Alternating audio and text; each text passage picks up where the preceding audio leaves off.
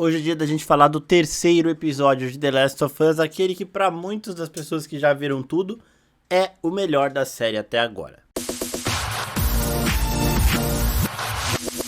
E aí, seus geeks, tudo certo? Eu sou Marcos Veloso e bora pra nossa análise de primeiras impressões do episódio 3 de The Last of Us, Long Long Time. O episódio que mostra a história do Bill e do Frank, uma história que a gente não vê no jogo, a gente só ouve falar. E aqui o episódio trouxe algumas mudanças em relação ao jogo também, que foram extremamente positivas.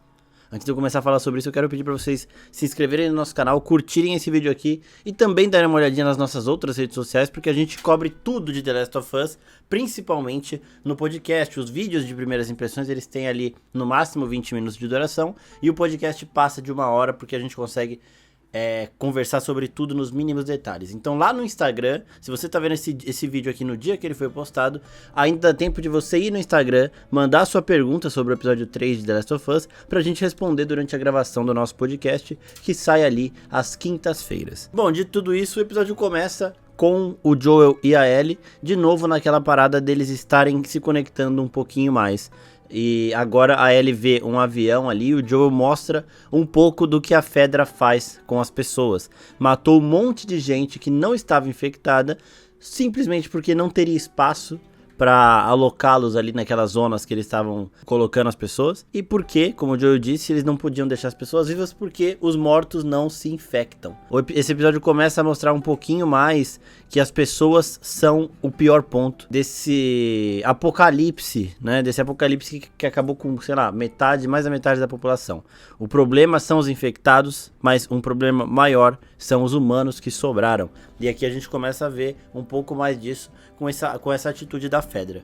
E aí o episódio volta muitos anos no passado, no começo de tudo isso, mostrando o Bill e o Frank, uma história que a gente não tinha visto no jogo. No jogo o Frank ele nem aparece, o Joel simplesmente acha uma carta do Frank ali, uma carta de despedida, que ele nem conta pro Bill e tudo mais, mas daqui a pouco eu chego nessa parte. O episódio ele toma esse tempo, ele para de mostrar um pouco dessa corrida do Joel e da Ellie, para de mostrar um pouco dos infectados, de todos esses perigos, e ele conversa com a gente, mostrando duas pessoas que conseguiram ter uma vida.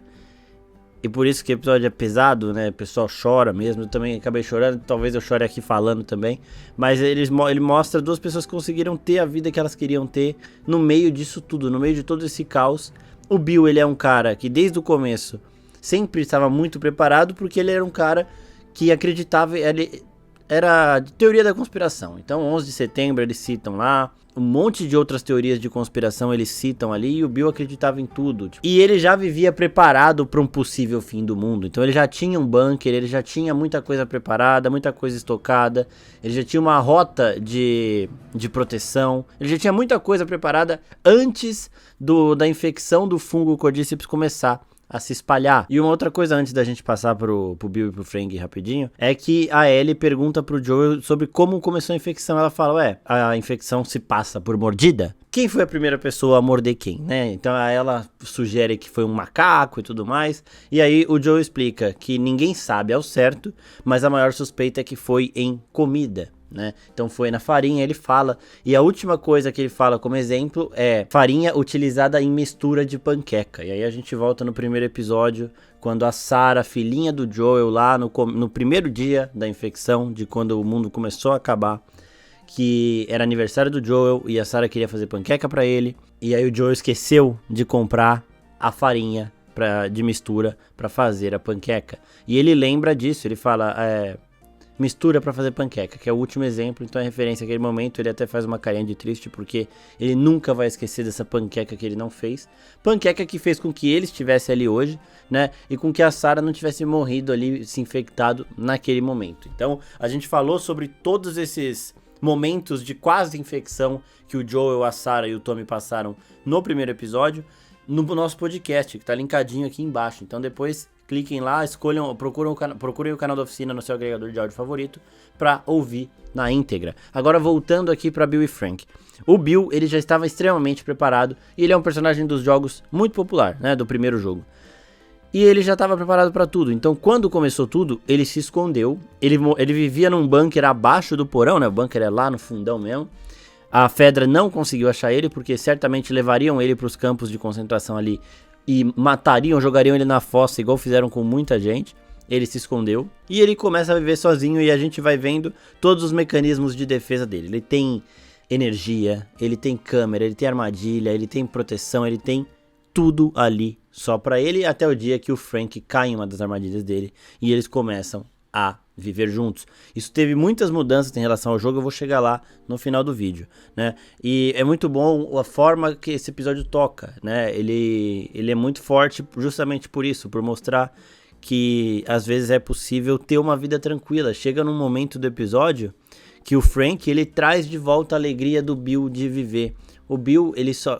num momento do episódio, no episódio inteiro, mas tem um momento do episódio que ele convence o Bill a encontrar outras pessoas, a fazer algumas trocas, né, com a Tess e com o Joel. Tem gente que conseguiu viver, sabe, eles tiveram uma vida ali feliz, um do lado do outro, e a gente fica esperando que isso vá acabar do mesmo jeito que acabou no jogo, só que não, ele acaba de um jeito muito mais poético, muito mais emotivo, e é um tom completamente diferente de tudo que a gente viu da série até agora, e muito provavelmente é um tom completamente diferente do que a gente vai ver, de tudo que a gente vai ver a partir desse momento. E esse episódio ele quebra tanta gente, faz todo mundo chorar, que até o Joel no final se quebrou ali. O Joel pela primeira vez no tempo atual da série, né, em 2023 ali, na época que ele perdeu a Sarah, obviamente ele chorou muito, foi uma cena muito pesada também, mas pela primeira vez com a Ellie ali já do lado dele, é que o Joel quebra, é que ele mostra uma emoção que ele não queria mostrar antes. Então ele sai da casa e você vê que ele vai chorar, porque ele lembra da Tess, e aí quando ele lembra de uma coisa, ele vai lembrando de todas as outras. O episódio ele é muito pesado, ele é muito tocante, ele é muito legal, e ele tem alguns detalhezinhos também em relação ao jogo e em relação à própria série. Em relação à própria série, é que no final, quando a Ellie e o Joel já entram lá na casa do Bill, tem uma música tocando, né? Uma música dos anos 80. E vocês lembram no primeiro episódio? No primeiro episódio, o Joel fala dos códigos de canção dele ali. Música dos anos 70 é uma coisa, música dos anos 80 é uma coisa, música dos anos 90 é outra coisa. Dos anos 80 era más notícias. Se o rádio do Joel, que era o rádio que ele se comunicava, agora a gente sabe, com o Bill, tocasse música dos anos 80, significava que as coisas não estavam bem. E a gente não sabia por quê, a gente nem sabia que era com o Bill. Só que agora a gente descobre. A Ellie chega lá e fala, mano, por que tá tocando essa música? E aí o Joel fala, se o Bill não reconectasse o sistema todo dia, ia começar a tocar essa música. E aí a Ellie fala, anos 80, porque ela lembrou que ela descobriu os códigos do Joel ali. Anos 80 significava más notícias e a notícia era, o Bill morreu. Então o Bill ele não tinha avisado, né? Só que o rádio do Joel estava tocando música dos anos 80 por conta disso, para enviar um sinal de que o Bill já não estava lá cuidando das coisas dele, reiniciando o sistema, nem nada do tipo. Então é legal a gente voltar nesse detalhezinho, um detalhe que remete ao primeiro episódio. Agora, as mudanças do Bill e Frank em relação ao jogo. No jogo, a gente conhece o Bill e não conhece o Frank. O Joel ele acha uma carta do Frank falando que odiava o Bill, que não sei o que não sei o que lá. E aí a gente entende que o Frank ele se matou. E aqui é muito diferente. Aqui os dois eles têm uma vida extremamente amorosa, carinhosa. O Frank, como eu já disse, né, ele traz de volta toda a alegria que o Bill tem pra viver. Ele traz o motivo do Bill viver. E o Bill fala isso pra ele no final do episódio. Porque o Bill ele só estava sobrevivendo, né? Tanto que no momento em que eles se apresentam ali, o Bill ele fala que ele é um sobrevivencialista, sei lá, algum bagulho assim. E aí depois a gente vê que ele só estava lá, cada dia é um dia, eu vou matar o que eu tiver que matar e vou viver o máximo que eu puder viver. Só que quando ele conhece o Frank, isso aí começa a mudar e ele começa a gostar de viver. E aí ele até fala pro Frank, né, eu nunca tinha sentido medo antes de você aparecer aqui, em um dos momentos maravilhosos desse episódio. E aí chega no final do episódio e ele também fala uma coisa muito, muito linda. Na carta que ele deixou ali pro Joel, porque só o Joel sabia dos códigos dele e tudo mais, ele fala, eu odiava o mundo e fiquei feliz quando todos morreram, mas eu estava errado porque tinha uma pessoa que valia a pena salvar. Isso aí destrói, é pesado mesmo, e reflete tudo que a gente viu no episódio. E aí depois que a gente vê toda a situação dos dois, aquela parada bem Romeu e Julieta, bem poética mesmo. Naquele momento eu falei, mano, eu acho que ele vai beber também, acho que ele vai morrer. Só que não faz sentido, porque no jogo tem ele lá e tal. Ele conversa com a Ellie, eles têm uma interação bem legal até no jogo. Mas eu gostei demais de como essas coisas mudaram pra cá, né? Como essas coisas foram alteradas na série. Porque assim, o papel do Bill em ajudar o Joel e a Ellie foi feito, né? O Joel encontra o Bill no jogo pra pegar uma bateria pra conseguir um carro e ele consegue tudo isso. Ele ainda também se equipa tudo e tudo mais. E uma outra coisa bem legal também de referência ao jogo é que o Joel no jogo chega pro Bill e fala, você me deve uma. Só que ele não fala o que é que o Bill tá devendo, por que o Bill tá devendo. E aqui na série a gente vê. Teve um dia que tentaram invadir ali a região do Bill e do Frank. Eles já conheciam o Joel. O Bill ele toma um tiro e fala pro Frank, chama o Joel. Então o Joel deve ter chegado lá, salvado os caras, cuidado do Bill. E o Bill melhorou, o Joel e a Tess, né? O Bill melhorou e aí sim, a partir daquele momento ele ficou devendo uma para o Joel. Isso é uma coisa que a gente tem no jogo, então as informações elas se complementam. Por mais que eles tenham mudado o desfecho do Bill e do Frank no episódio, essa grande parte aqui aconteceu igual. Então a forma que eles se conheceram, é isso que o Joel tinha feito pro Bill, que o Bill devia pra ele e tudo mais. Então foi bem legal. E aí o final com a cereja do bolo, aquela carta que ele fala pro Joel proteger a Tess, que é a hora que quebra o Joel também. E quem ainda não tava chorando no episódio vai chorar nesse momento. E aí a gente tem uma relação menos tensa do Joel com a Ellie, né? O Joel agora começa a ver ela com um pouco mais de carinho. Isso aí a gente sempre falou que vai sendo gradual, vai acontecendo cada vez mais. E aqui acontece de novo.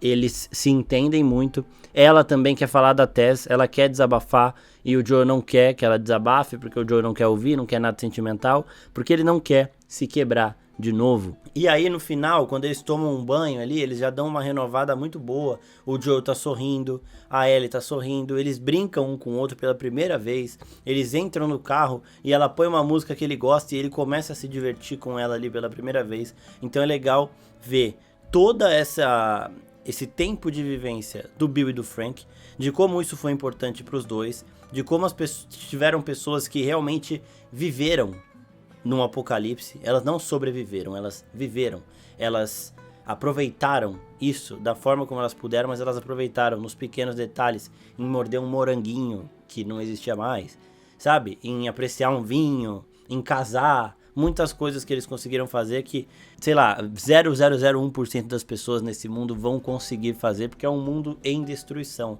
Então é muito legal ver tudo isso e ver como isso muda o Joel e a Ellie. Eles saem de lá renovados e com uma nova dinâmica entre os dois. Agora com o carro, agora com um plano muito mais bem montado ali. Ele vai atrás do Tommy, o Tommy conhece gente dos vagalumes que pode ajudar a Ellie. Ela concorda com tudo. E uma outra coisa legal é que a Ellie agora tem a arma dela, né? Ela pegou ali escondida, ela pediu a arma desde o começo da série, tá pedindo uma arma. E agora ela finalmente conseguiu. Um outro detalhezinho que é referência também aos jogos é quando ela entra numa lojinha e tem um fliperama. E ela fala, nossa, minha amiga sabia de tudo disso aqui. E a amiga é a Riley, né, que vai aparecer em um episódio provavelmente no próximo. Mas no jogo Left Behind, que é uma DLC de The Last of Us, do primeiro jogo, a Riley e a Ellie encontram um fliperama quebrado. Só que a Riley fala, putz, a cena é linda. A Riley fala pra Ellie, fecha o olho. A Ellie fecha o olho e a Riley começa a narrar pra ela como se ela estivesse jogando. Então a Ellie tá de olho fechado, apertando todos os botões e a Riley tá narrando. Então a Ellie começa a ver isso na mente dela. E aí por isso quando ela chega no fliperama hoje, ela fala, nossa, minha amiga sabe tudo disso. E ela começa a narrar alguns personagens. E isso muito provavelmente é alguma coisa que a gente vai ver nos próximos episódios da série. Eu gostei demais que esse episódio é um tom novo. Ele tira uma pausa de tudo para mostrar uma história nova e é uma história muito forte, muito linda e que faz sim jus ao que as pessoas estavam falando do episódio, que é um episódio inigualável, é um episódio muito bom, é um episódio muito forte, é um episódio nota 10. Muito obrigado a todo mundo que viu até aqui. Não se esqueçam de se inscrever no nosso canal, mandarem suas perguntas para o nosso podcast e também participarem semana a semana de todos os conteúdos que a gente faz de The Last of Us e de tudo de cultura pop. É isso, pessoal. Muito obrigado. Até a próxima. Tchau, tchau.